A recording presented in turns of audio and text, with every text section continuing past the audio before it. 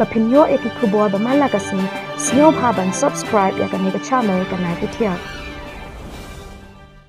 Katkum nagi kubor lengbaga page haka Union of Catholic Asian News lani UCA News kabala penmi haka arpoi tri uyayong arajar arpulai. Layatu ubahadu kandai tli kilongying Kristan kibasong basa haka snong garanji kabahap apdeng gajala Chhattisgarh. Haka khanyo tri uyayong arajar arpulai kila ujor daga jingtho show top revenue officer jong Kanarayanpur district daga baong bakila syak kentaj nakakam baki trai kumkikam belas ngi tang nakadaw gajingai kajongki.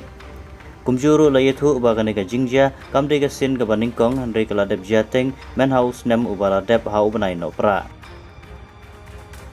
ha ka baki Kristan rilum kila syak kentaj ne pendu kata kalat imsuk imsain jongki hapo ka district batla sakiru ringkat ka jingye snam bat wenglot yaki na ka jingye simenta bat ka imlang ka salang shushu ulayathu ba ha ka te ka jingtho ki longyeng kila syak ni lane khanglat yaki Bakindon benta hapo ka jingtre bela sispa sngi lane ka MGNREGS watla kane ka kam kade ka babaro kinong sungsunong kari India kinyo ka hok bantre bana pedeng kita kilongying don uwe u head village council relative proteng kumu Gopal Tugga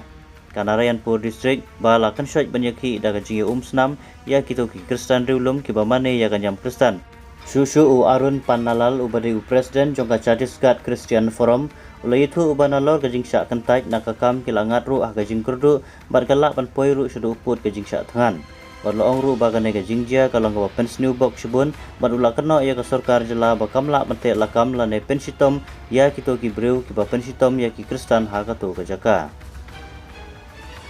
hadu lais pa tli ki ying hapo Narayanpur district bat Kondegao district Chhattisgarh kimyo shu ba kintre ha gajing tre bagi jutre man la ka sngi kum gajing tre ban khai bat lum yik sladuma bat kiwe ki jingtre shaklau nalor kata ru teng ki juli tre hagi kamti duyong kaneru kimyolat shu